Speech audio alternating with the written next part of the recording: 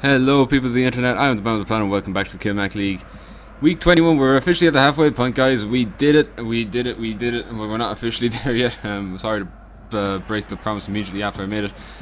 Very good game, of course, on show, Rathcormac down with Byron Kilmeaden, but at the end of this week we will be at the halfway point, and of course there will be a special video coming out. So I have to say, good goal from Dr. Avocado Man, by the way, but I have to say, we will not be showing the league table at the end of this week, just in case you were expecting that. I'm going to be saving that for its own video, where I'm going to be breaking down every team's performance at the halfway point of the season, so that'll be exciting anyway. Be something to look forward to. Moving on to breaking down the games, Byron Kilmeaden and Rathcormac Dominos was a very entertaining game, but Kilmeaden got away to a brilliant start very early on. It looks like they were just going to absolutely steamroll Rathcormac. Rathcormac just were a very tough team to break down all season, but Byron Kilmeaden seemed to have no trouble at all doing it.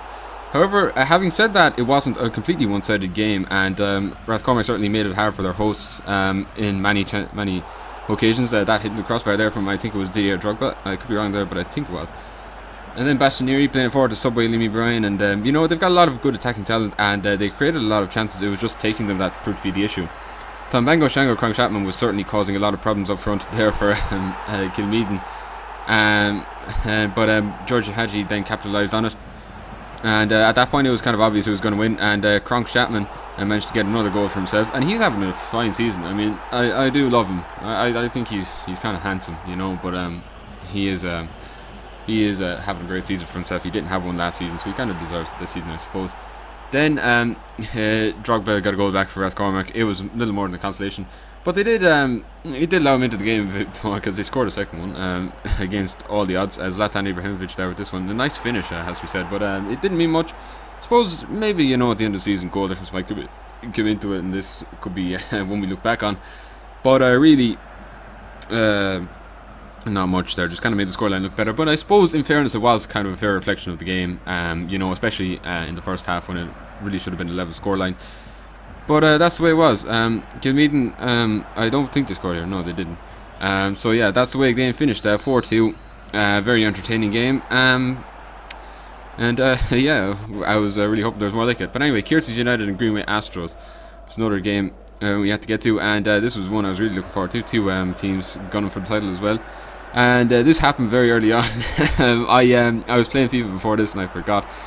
Circle wasn't the button to do a standing tackle, and that is of course a direct red card for Kelsey Power. So oh no, I did a terrible thing very early on, and I made it very hard for myself to win. In fairness, you can't argue with that decision. That's definitely a red. But yeah, it made the game very, very hard for Greenway Astros, and they were under siege for pretty much the entirety of the thing. Babongo and Bonyek, eventually, it took him a long time, but Kyrgyz did break down the Greenway Astros defense eventually, and Hugi Bappas finished with that nice header, has to be said, very nice header. But yeah, it looked like it was going to be no way back for Greenway Astros, but in fairness to them, they brought on Dan, and Dan just knew how to do things. He's kind of a secret weapon. They only ever bring off the bench if they're desperately in need of him. So Dan anyway came off the bench, and it did look like for a while that Greenway Astros might have the momentum to spoil the fun for Kyrgyz. This was their last chance of the game to do that though, and they couldn't do it. So 1-1 the score. Very entertaining game, sharing the spoils. Not really the result either side would have wanted, but I suppose neither side would have wanted the loss either. Tesco Ballybeg Wanderers and Kildisco is our next game, and we were seeing some upsets recently in the Kilmac League, so it was kind of important that you avoided banana skins, especially Tesco Ballybeg Wanderers, who were really like legitimate title contenders. Mo Salah getting the first goal for them, so they were very quick to eliminate any doubt that they would be going for it. But Kildisco are not an easy team to do, to just hammer out of a game, and they were back in it before you could say too much. Gerard Muller 1-1, making it scored 1-1, and yeah, it looks like from there it might be an upset, but a goal from Jake McCormack put those doubts to rest for Tesco Ballybeg Wanderers. They really did need this, I feel like. You do need those goals. I know they're starting to glitch up on me a bit. Yeah, so hopefully that fixes itself. Yeah, but fair play to Tesco getting the result. You know, I mean, you have to be careful against these smaller teams and not take them easily, or not underestimate them. Fire Station were one team that got away with that last week. They beat, I think it was Tesco Pig actually, who they beat, and they were determined to do a three-peat, because they got away with that the week before against another team too, I think. So yeah, they were absolutely on fire coming into this game, but they were under siege for most of the early game, with St Mary's Hurling creating very many chances to go in front. But it was Fire Station who once again took their chance better, and it was Imelda Bodrin, I believe, who scored that. Yes, of course it was. And delighted with themselves, Fire Station went on the assault in the second half, and Emer Martin played in an absolutely beautiful ball from Mr. Injuries, as you can see. It went into Mr. Injuries eventually, I think. Or sorry, it's Nils Leadholm. Damn it, I don't know what I'm talking about. Yeah, so Nils Leadholm there with the second goal, and I was getting really concerned at this point, because I do like to keep as many teams going for the title as possible, and these upset victories are certainly not something I expect.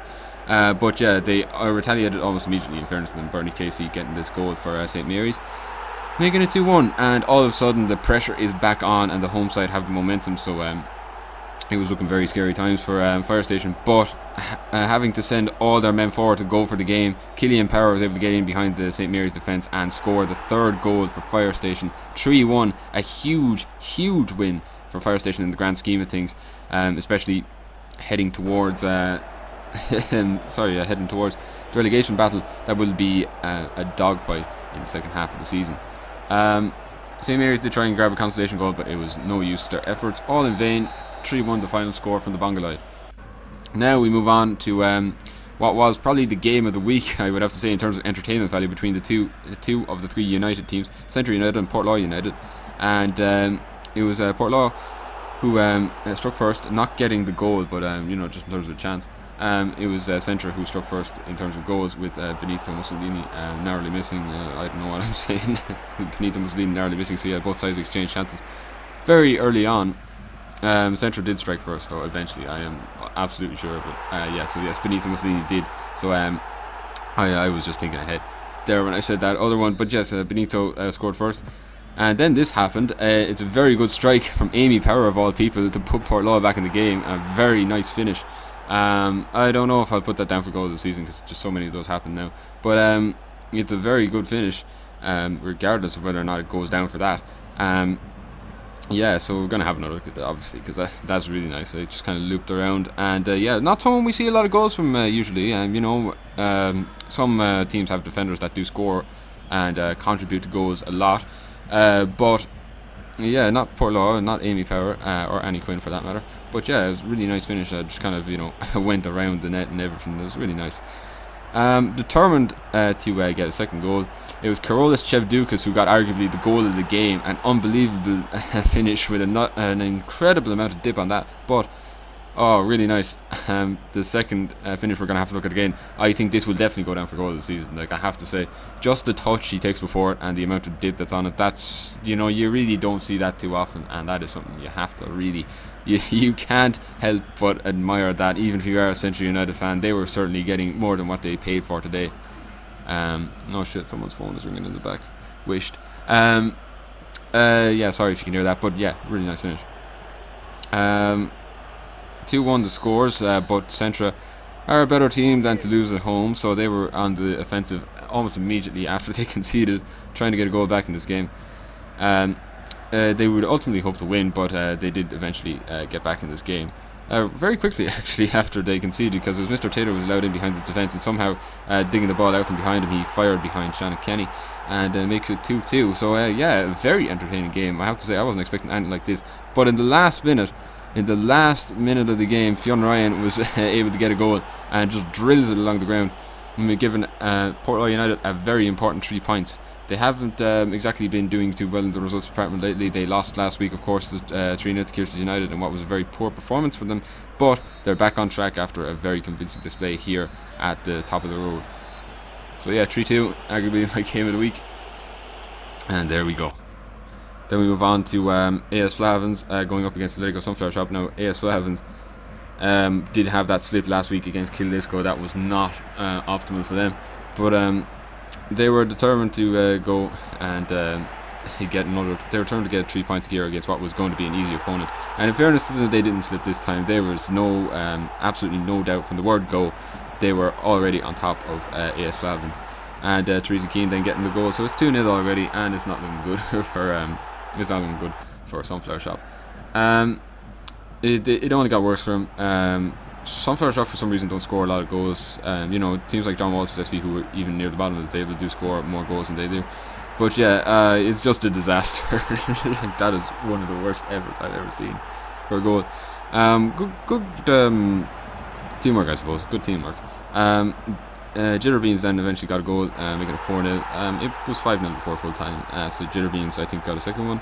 And you're doing a little Fortnite dance as well. How cute. We have to wait for that 5th goal because I don't know. Courtney Duff is. I should probably consider starting him more because he's an actual striker. But Kilmac Barbers has been the best player. I don't think the problem is with the attack so much as it is with the defence. But anyway, yeah, Jitterbeans gets his 5th goal. Almost immediately out of the 4th one. So he was out there for personal glory. Everyone was taking it easy. He was not taking it easy. 5-0. It's a nice way for Flavins to go into the halftime or for the mid-season break and whatnot. It's nice, but anyway, now we move on to Greenway Rovers and Rainbow Hall, 2 teams that are sort of above the relegation battle, but it's not a foregone conclusion that they won't be involved in it. Greenway Rovers, though, would have been favoured to win this. They do have, I've said this on multiple occasions, but they do have a really good team. I don't know why they are doing so badly, but it's just the way I suppose it goes sometimes, isn't it? Raul, they're getting in behind the defence and scoring a brilliant finish to make it 1-0. So things were going as according to plan for Greenway Rovers. They were not going to have another unfortunate slip up at home. Jordan Curry then getting in behind the defence, and he just plays it really nicely into the bottom corner of the net to make it 2-0. And from that point on, they just dominated the game. Like, they really dominated it for most of it, and this is the only moment Rainbow Hall had, but they did make it look closer, I suppose, and that's always a positive thing. Joselu there getting the goal. So yeah, nice finish for Rainbow Hall, I suppose, from a personal perspective. There's not much else I can say. It's an important 3 points for Greenway Rovers. We'll be, of course, talking about them more in detail in the video where I break down all the mid-season performances for all the teams. So yeah, stay tuned for that. We now move on to Dominos Pizza Zimbabwe and Dunhill Electrical Company. Dominos Pizza actually are amazingly if you split the league open to do brackets of title contending, and that's a really good finish, by the way. Title contending and relegation, Dominos actually fall into the former category. So yes, they are closer to the other teams than they are to going down. So yeah, and they did get a win here today. So you never know. You could see them push. You could see a surprise push for the title. You really don't know. That would be very entertaining, to at least add another team into the mix. Last game of the week, St. Texas Athletic and John Walters FC, a definite relegation battle. But yeah, John Walters haven't won in a while. I don't think they've won since Atletico Sunflower Shop, which was about week 17, I think. So yeah, it's a good while ago since they last won. But in fairness to them, they did get a nice win today. It was the only goal of the game, a 1-0 win. So that about does it for this compilation. There's only one game to go, and I think you can guess what it is. It's a very exciting one.